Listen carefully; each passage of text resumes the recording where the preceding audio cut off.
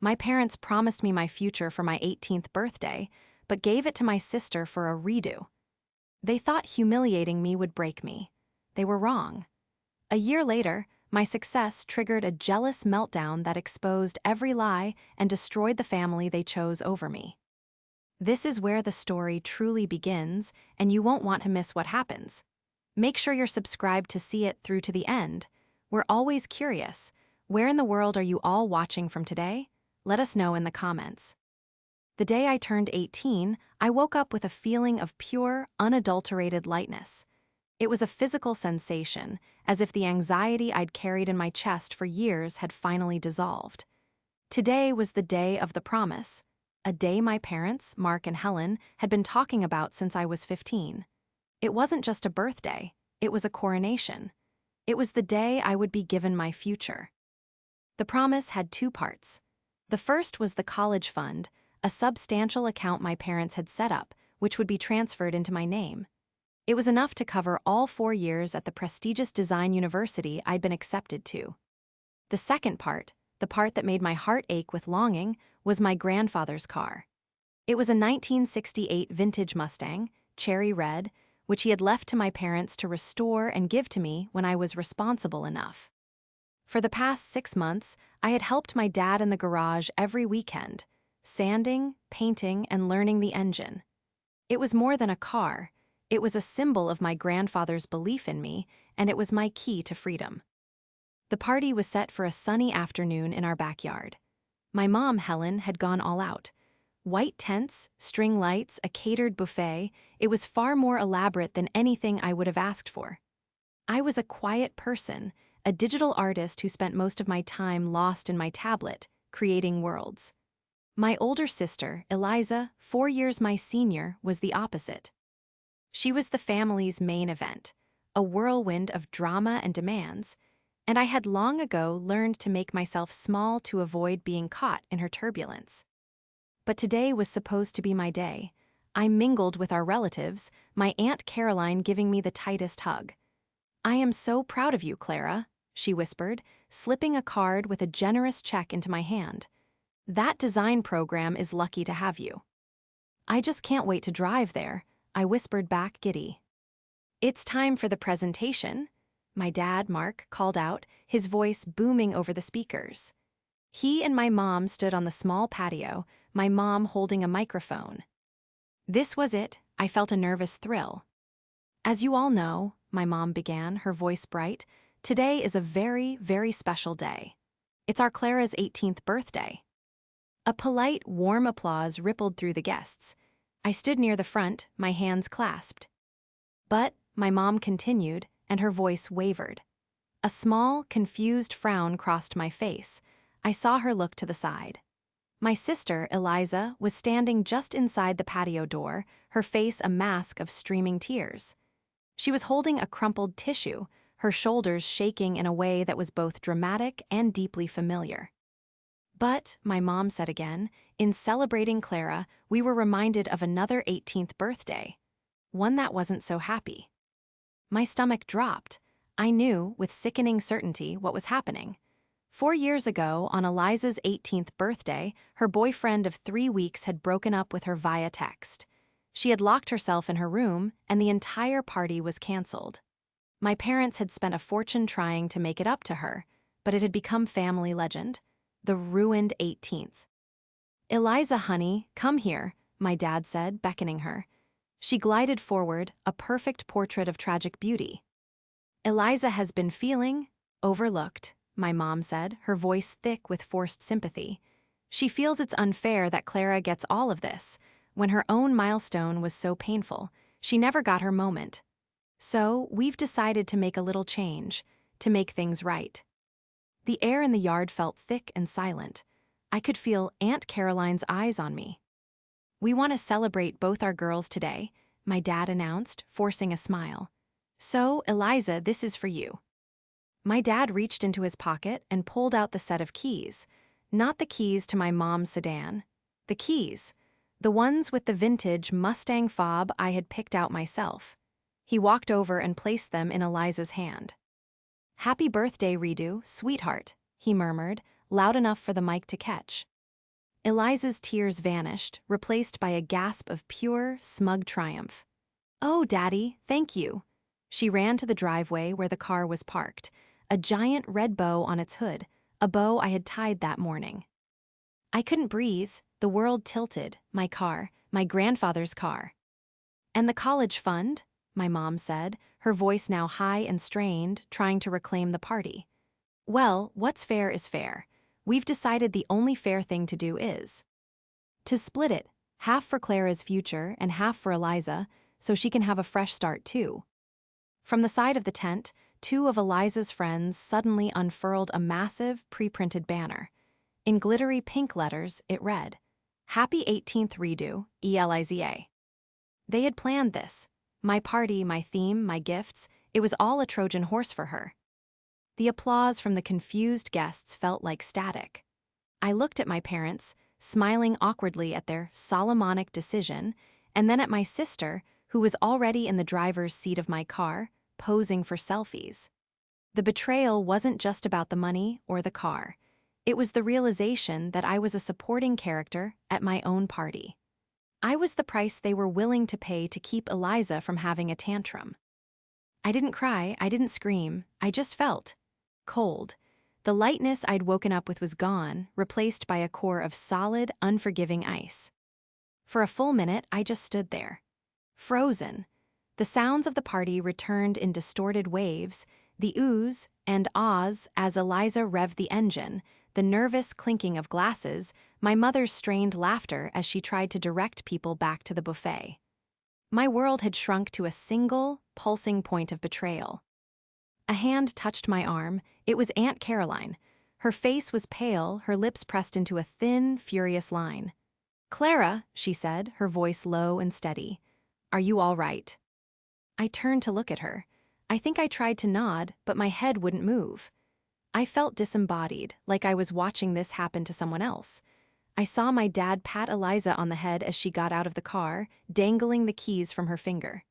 He caught my eye from across the lawn and gave me a weak, pleading smile, as if to say, "Just go along with it." For me. That's what broke the spell. The ice in my veins cracked, and something hot and sharp took its place. Resolve. I didn't say a word to my aunt. I just turned and walked. I didn't run. I walked, with my back straight, through the clusters of my parents' friends. I walked past the gift table, past the three-tiered cake, and straight through the patio doors into the house. I could hear my mother's voice falter on the microphone, "Clara." I went up the stairs to my room, the one place that was truly mine, filled with my art, my books, my dreams. I locked the door.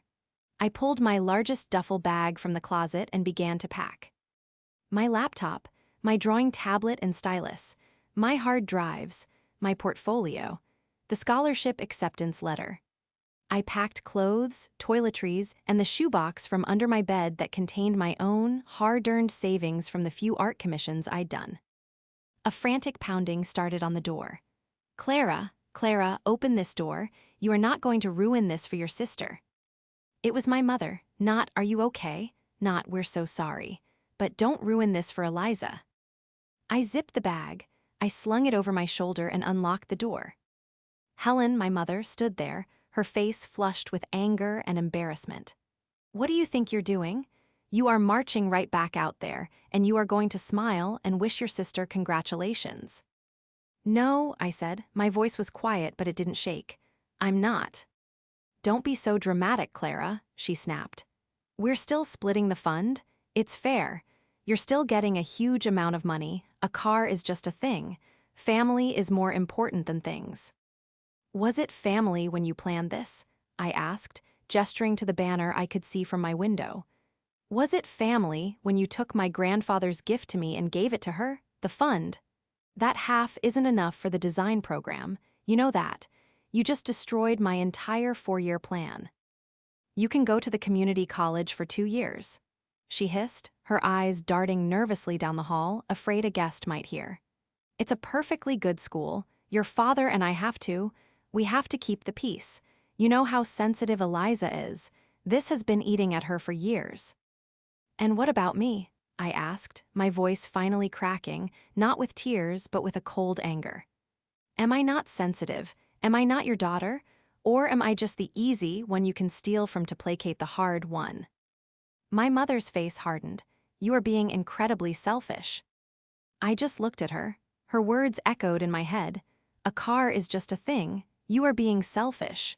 But as I looked past her at my art portfolio, a cold, hard resolve settled in my chest. They had taken my safety net. They had taken my inheritance. They had taken my future. They had forgotten one crucial thing. They couldn't take my talent. I'm leaving, I said. I pushed past her. She grabbed my arm, but I shook her off. If you walk out that door, Clara, don't you dare come back. She shrieked, her mask of maternal concern finally dropping to reveal the raw panic beneath. I walked down the stairs. The music had stopped. The whole party, all 20 or 30 people, were silent. NT watching me. Eliza was by the cake, holding a knife, a smear of frosting on her chin. Her smile was gone, replaced by a look of pure, venomous rage. My father, Mark, just stood by the grill, spatula in hand, looking utterly defeated. I didn't look at any of them. I kept my eyes on the front door. Aunt Caroline was standing by the entryway. As I reached it, she stepped in front of me, blocking my path. I thought for a second she, too, was going to tell me to stay. Instead, she opened her purse, pressed her own car keys into my hand, and said, "My car is the blue one. Go wait in it. I'll be right there." I walked out the front door, got into my aunt's car, and didn't look back. The drive to Aunt Caroline's house was silent. I was still vibrating with a cold, sharp energy that left no room for tears. Aunt Caroline, on the other hand, was a storm cloud. She gripped the steering wheel of her car. I'd moved to the passenger seat, so hard her knuckles were white. Of all the selfish, spineless, monstrous things, she seethed not to me but to the windshield. To do that to you, to do it publicly, and Helen, my own sister, letting that brat dictate the terms of your life. When we got to her small, tidy condo, she unlocked the door and marched straight to the spare bedroom. "This is your room, as long as you need it. No questions, no rent. Your only job is to figure out what's next." As I set my duffel bag on the guest bed, the dam of my resolve finally broke. It wasn't a loud, sobbing breakdown, but a quiet, hopeless leak. The reality hit me. I was homeless. I had no car. I had an acceptance letter to a school I could no longer afford. My family had just detonated my life for a redo. Aunt Caroline sat on the bed next to me. "This isn't new, you know," she said softly. I looked at her, confused. This dynamic," she clarified. "It's just the first time you're old enough to see it for what it is. You've always been the easy one, Clara, and your parents, they're not bad people, but they are weak. They're terrified of Eliza. Her emotions are a weapon, and she knows how to use them." As I sat there, the past decade of my life replayed in my mind, but with this new, harsh filter. Every memory was suddenly, painfully clear. I remembered when I was 16. I'd been accepted to a prestigious summer art program, a pre-college intensive. I'd worked for months on my portfolio. A week before I was supposed to leave, Eliza had a total breakdown. Her part-time job as a hostess was too stressful, and she'd been so depressed that she impulsively booked a 2-week trip to Europe with her friends.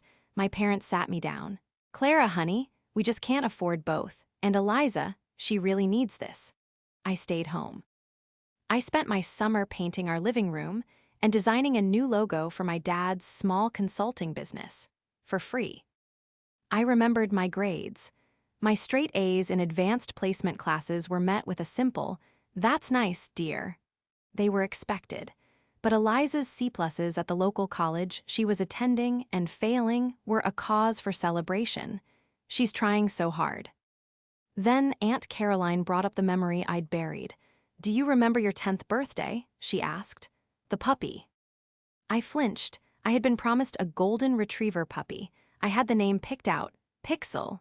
On the morning of my party, Eliza, then 14, threw a fit. She suddenly developed a severe allergy, which never appeared before or since, and declared that puppies were disgusting and smelled. She locked herself in the bathroom, wailing that a dog would ruin her life. I got a fish tank. The next week, my parents bought Eliza a designer handbag, to cheer her up after the stress of the puppy incident. Eliza wasn't just dramatic, she was a saboteur. She wasn't just the star of the family, she was a black hole that consumed every resource, every opportunity, every bit of parental affection, and demanded more. She was a polished, 22-year-old woman with a vague, never quite realized aspiration of being a social media influencer, which seemed to mostly involve spending my parents' money on clothes and brunches. She had always viewed my talent not with pride, but with a quiet, simmering resentment. My art was the one thing I had that she couldn't co-opt or control. "They're not just splitting the fund, are they?" I asked Aunt Caroline, the last piece clicking into place. "That half for Eliza. It's to pay off her credit card debt, isn't it?" Aunt Caroline's silence was all the confirmation I needed. Eliza's fresh start was a bailout, paid for with my future. "What am I going to do?" I whispered, the full weight of my situation pressing down. "My school, the deposit is due in a week. I can't pay it, not even with what I have saved." "You're not going to that school," my aunt said, her voice firm. It was a shock until she continued. "You're going to find another way. You are the most talented, resilient person I know, Clara. They took your safety net. They think you're going to fall. You're going to fly." She pointed to my laptop. "Get to work. Find every scholarship, every grant, every art competition in this country. Write to the university, explain your situation. And while you're doing that, you're going to turn this gift you have, into a business. They think they took your future, you're going to build a new one, a better one they can't ever touch." The fire I'd felt earlier returned, settling into a low, steady burn. She was right. This wasn't an end, it was a war, and I had just been handed my weapons. I gave myself exactly 1 day to grieve. I sat in my new room, ate the pint of ice cream Aunt Caroline provided, and let the sheer, overwhelming injustice wash over me. I thought about my grandfather, and I cried for the car he had so lovingly intended for me. I cried for the wasted years of being the good daughter. Then, on the morning of day 2, I woke up, took a hot shower, and opened my laptop at the small desk my aunt had set up. The fog of my grief was replaced by a sharp, crystal-clear focus. My parents and Eliza thought they had left me with nothing. They were wrong. I had my talent, a furious work ethic, and my aunt's high-speed internet. My investigation wasn't into Eliza's past, it was into my own future. My strategy was two-pronged: education and income. First, the education. My dream school was a private art university, and with only half the fund, which I wouldn't have touched on principle anyway, it was impossible. I wrote a polite, professional email to their admissions office, formally withdrawing my acceptance due to a sudden and irreversible family financial situation. I didn't lay blame, I just stated facts. Then I opened a new browser tab and started my real search. I didn't just look for scholarships, I looked for full-ride scholarships. I searched for grants, bursaries, and art competitions sponsored by tech companies, design firms, and private foundations. I spent 48 hours straight tailoring my portfolio for each application. I customized my essays, not writing as a victim, but as a passionate, driven artist determined to succeed. My clever trap wasn't a plot against my family. It was a massive, overwhelming assault of applications. I was carpet-bombing the art world with my talent. Second, the income. I couldn't wait for a scholarship to be approved. I needed money now. I had my small savings, but it wouldn't last. I reactivated my old freelance profiles, but I knew that was a slow grind. I needed to think bigger. My leverage was the insider knowledge I'd gained from years of doing my dad's free design work. I knew the small business community in our city. I knew the real estate agents who needed branding, the restaurants with out-of-date menus, the startups with amateur logos. I spent 3 days building a sleek, professional website for Clara Design. I showcased my best work, the logos I'd done for my dad, the branding packages from my AP art class, the digital paintings I'd created in my spare time. I set my prices, wrote up service contracts with Aunt Caroline's help, she was a paralegal and a godsend, and I started to hunt. I sent out 50 cold emails in one day. Hello, my name is Clara. I'm a professional brand designer. I noticed your website, and I have some ideas on how to elevate your visual identity. The rejections came first. Most were ignored. But then, on the fourth day, I got a reply. A local bakery wanted a new logo and menu design. Their budget was small, but it was a start. I poured my entire soul into that project. I delivered it in 2 days. They were so thrilled they paid me a bonus and referred me to a friend who owned a boutique. A week later, I landed my first real client, a small tech startup that needed a complete branding package. The pay was more than I'd saved in 6 months. I was working 18-hour days. I'd wake up at 6 a.m., spend the morning applying for grants, the afternoon designing for clients, and the evening working on new portfolio pieces. I was exhausted, but I was electric. I had never felt so powerful. The turning point came a month after my party. I received an email. It was from the State University, a school I'd applied to on a whim.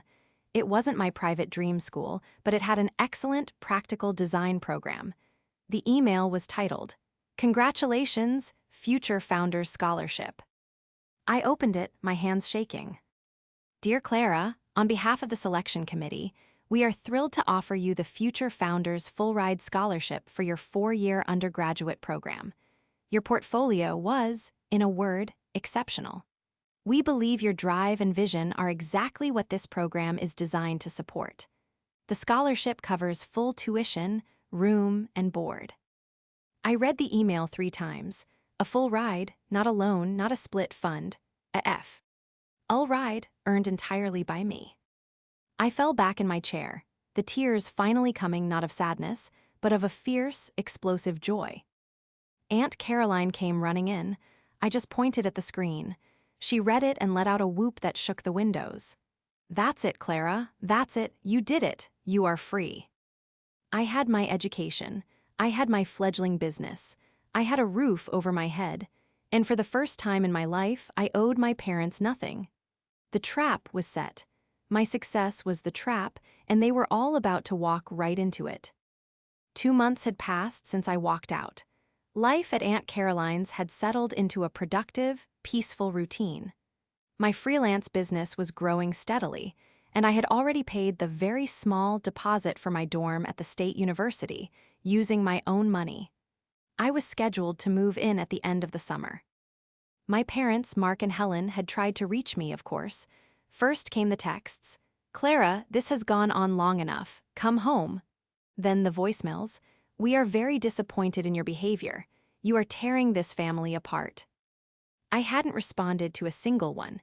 My silence was a wall they didn't know how to climb. The inevitable confrontation came on a Tuesday evening. My aunt and I were making dinner when my phone rang. The caller ID was Mom.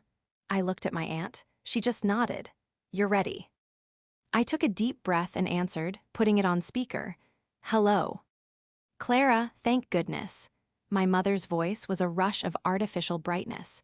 "We've been so worried. We haven't heard from you in weeks." "I've been busy," I said, my voice flat and cool. "Well, that's good. Listen, your father and I want you to come over for dinner on Sunday. It's time to let this all go. We're a family. We've forgiven you for the scene you made." I almost laughed. They had forgiven me. "I'm afraid I can't on Sunday," I said. "I'm busy." "Busy with what?" My father's voice cut in, impatient. "Clara, this is ridiculous. We're your parents. We've got your college money for you. You need to come and sign the transfer papers for your half." "Oh, that won't be necessary," I said, keeping my voice light. "But I appreciate the offer." There was a dead silence on their end. What do you mean?" Helen asked, the brightness gone, replaced by a note of suspicion. "I mean I won't be needing the half you offered," I said clearly. "I've withdrawn my application from my original school. I'll be attending the State University in the fall." "The state school?" My dad sounded confused. "But why? That program isn't as good." "It's an excellent program, and it has one major advantage," I said, looking at my aunt, who was smiling so hard her face must have hurt. It's free. What free? Helen snapped. I was awarded the Future Founders Full Ride Scholarship, I explained. It covers tuition, room, and board for all 4 years. I also won't be needing any spending money. My design business, Clara Design, has already secured 2 major clients for the next quarter. I'm financially secure. Silence. This time, it was a cold, stunned silence. I could picture them in their kitchen, looking at each other in disbelief. This was not in their script. I was supposed to come crawling back, broken and broke, and gratefully accept their generous scraps. Then I heard a muffled sound, a door slamming, and a third voice. What is she saying? What's going on? It was Eliza. Put it on speaker, she shrieked. A moment later, her voice, shrill and venomous, filled the room. You what? A scholarship, you're lying. I'm not Eliza, I said calmly. You are, you're just saying that to make us look bad. You probably stole that art from someone online. You're a fraud. The accusation was so immediate, so baseless, that it confirmed everything I already knew.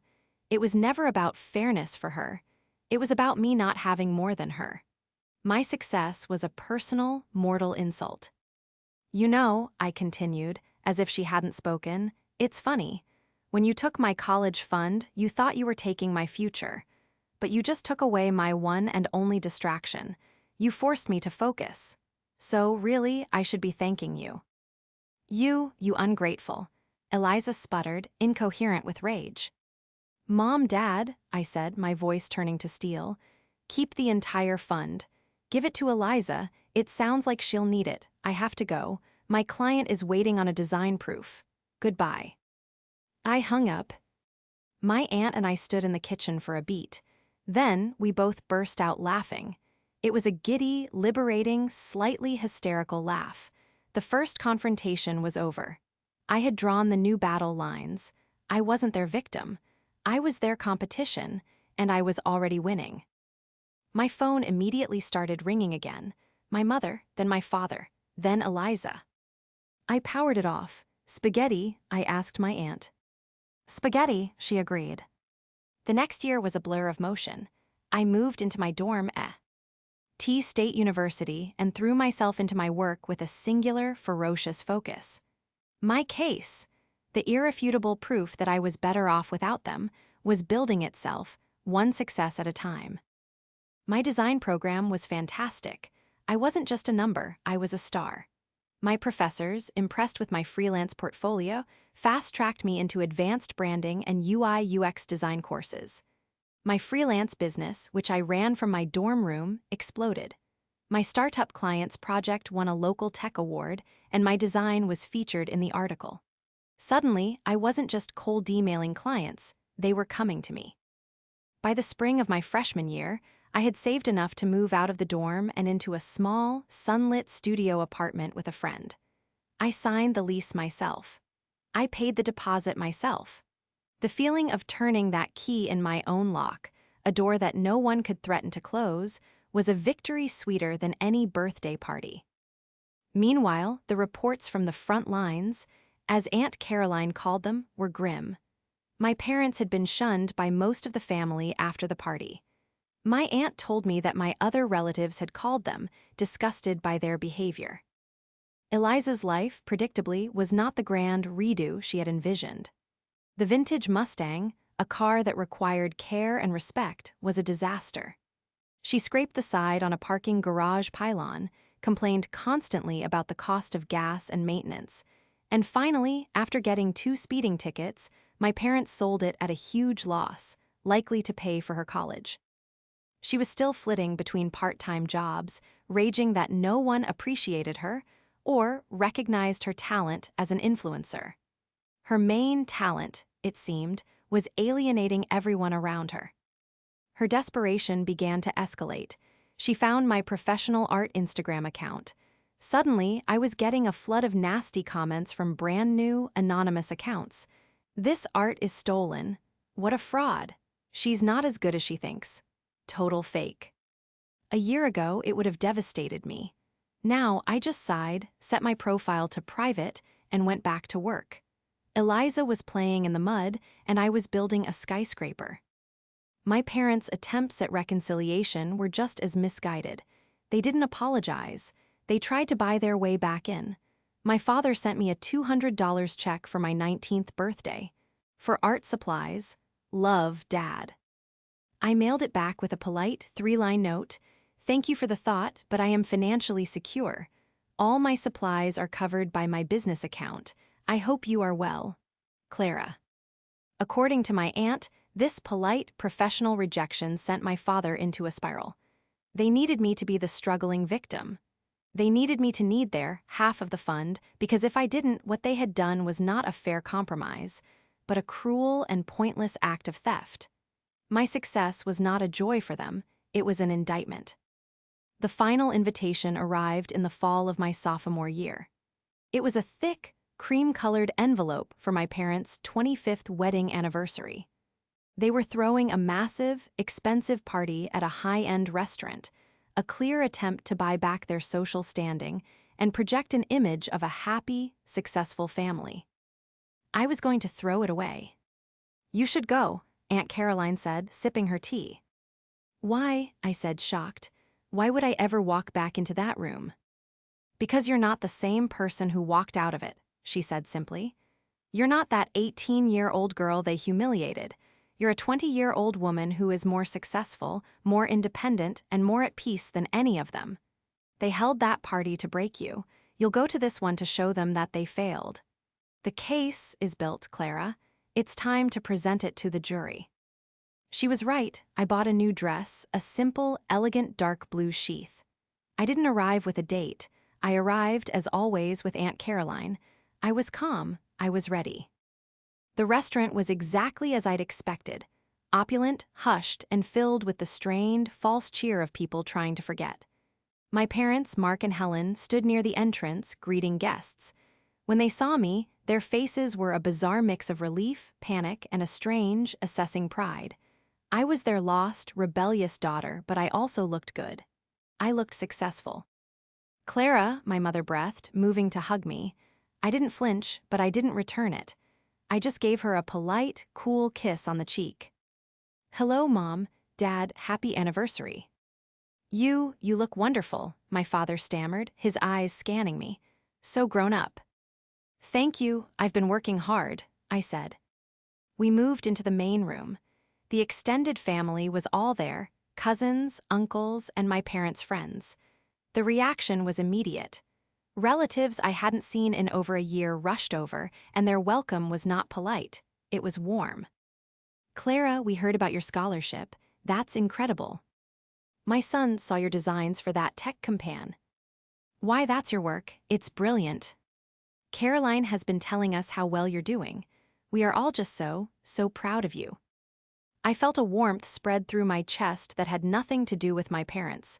This was my family. They saw me. And then I saw her. Eliza was sitting in a corner, shoved into a booth with some of her own friends. She was wearing a red, flashy dress that was far too loud for the elegant room.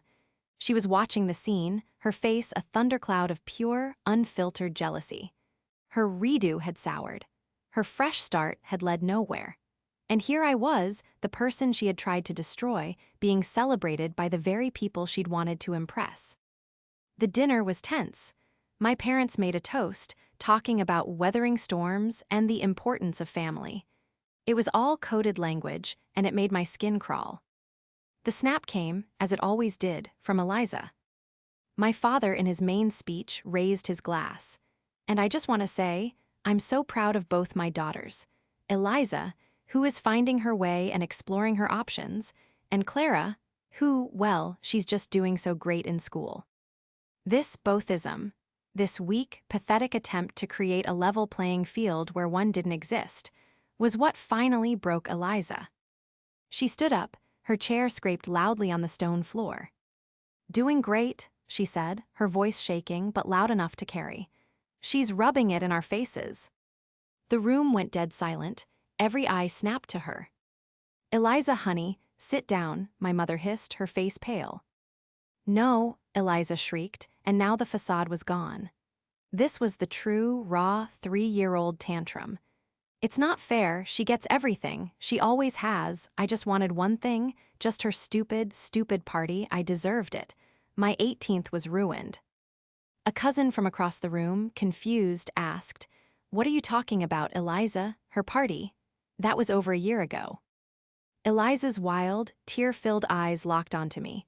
I was just sitting there, calmly, watching her. My silence, my refusal to be upset, was the one thing she couldn't handle. "You," she screamed, pointing at me. "You think you're so smart? You planned this, didn't you? You wanted to be kicked out. You wanted everyone to feel sorry for you so you could get your stupid scholarship and make us look like monsters." She was panting, her face red and blotchy. And then, the confession. The words my parents had probably heard in private for years, but the rest of the family hadn't. "I told them," she raged, gesturing to my parents. "I told Mom and Dad for years that you were selfish, that you thought you were better than us with your art. I told them you'd leave them the second you got that money, and I was right, I was just trying to protect them. I deserved that car for all the stress you put me through. I deserved it." The admission hung in the air, toxic and devastating. I told them for years, I was just trying to protect them. The whole family heard it. The long con, the years of poison, the systematic sabotage. My parents looked like they had been turned to stone. My mother, Helen, had tears streaming down her face, her hand over her mouth. My father looked at Eliza, truly seeing her for the first time. He looked horrified. I finally stood up. I didn't raise my voice. I didn't have to. I looked at my parents, my voice clear and cutting in the silence. "Is that true? Is that what she told you?" My mother just sobbed, a choked, broken sound. That was all the answer I needed. I turned my gaze to Eliza. "Well," I said, my voice devoid of all emotion but a cold, sad finality. "You got the party, you got the car, you got the entire college fund, and I got my life." I paused, letting the words land. I hope it was worth it. I placed my napkin neatly on the table. I looked at my aunt, who was already standing, her purse in her hand. "Aunt Caroline," I said, "are you ready to go?" "I am," she said. We walked out of the restaurant, past the stunned, silent tables, past my weeping mother and my shell-shocked father, and past my sister, who stood alone in the middle of the room, finally, agonizingly, the center of attention. In the car, I was quiet for a long time. Aunt Caroline didn't press. She just drove, the city lights sliding over us. As we pulled onto her street, I let out a breath I felt like I had been holding for my entire life. It wasn't a sob. It wasn't a gasp. It was a release. The final thread that had tied me to my old life, the last little bit of hope that they would one day see, had just been severed. And I was fine. The aftermath of the party was, as my aunt later called it, the great shattering. The public confession had been a bomb. My parents' friends and the extended family were appalled. They had witnessed, firsthand, the raw, unfiltered jealousy and manipulation that my parents had enabled for 2 decades. The carefully constructed image of the happy family that Mark and Helen had spent a fort. Hewn to project at that party was obliterated in a single, 3-minute tirade. Eliza, having no one left to blame, spiraled. She was socially exiled. Her friends who had witnessed the meltdown distanced themselves. My parents, finally seeing the monster they had created, tried to impose rules. Eliza, at 24, couldn't handle it. She moved out, but without the endless river of their money, she was truly on her own. The last I heard, she was working at a fast food restaurant and sharing a rundown apartment with 2 roommates, still posting bitter, vague rants on social media about fake people. My parents' downfall was quieter but more profound. They were alone. Their favorite daughter was gone, and their other daughter, the one they had sacrificed, was never coming back. They tried, of course. A few weeks after the party, I received a long, rambling email from my father. It was a masterpiece of self-pity and excused. "We didn't know the extent of it. She had us convinced you were the one who was. We were just trying to keep the peace. We always loved you both equally." It was full of we and us, but it contained the 2 words I had once craved. "We're sorry." I read the email and I felt, Nothing, just a quiet, sad pity.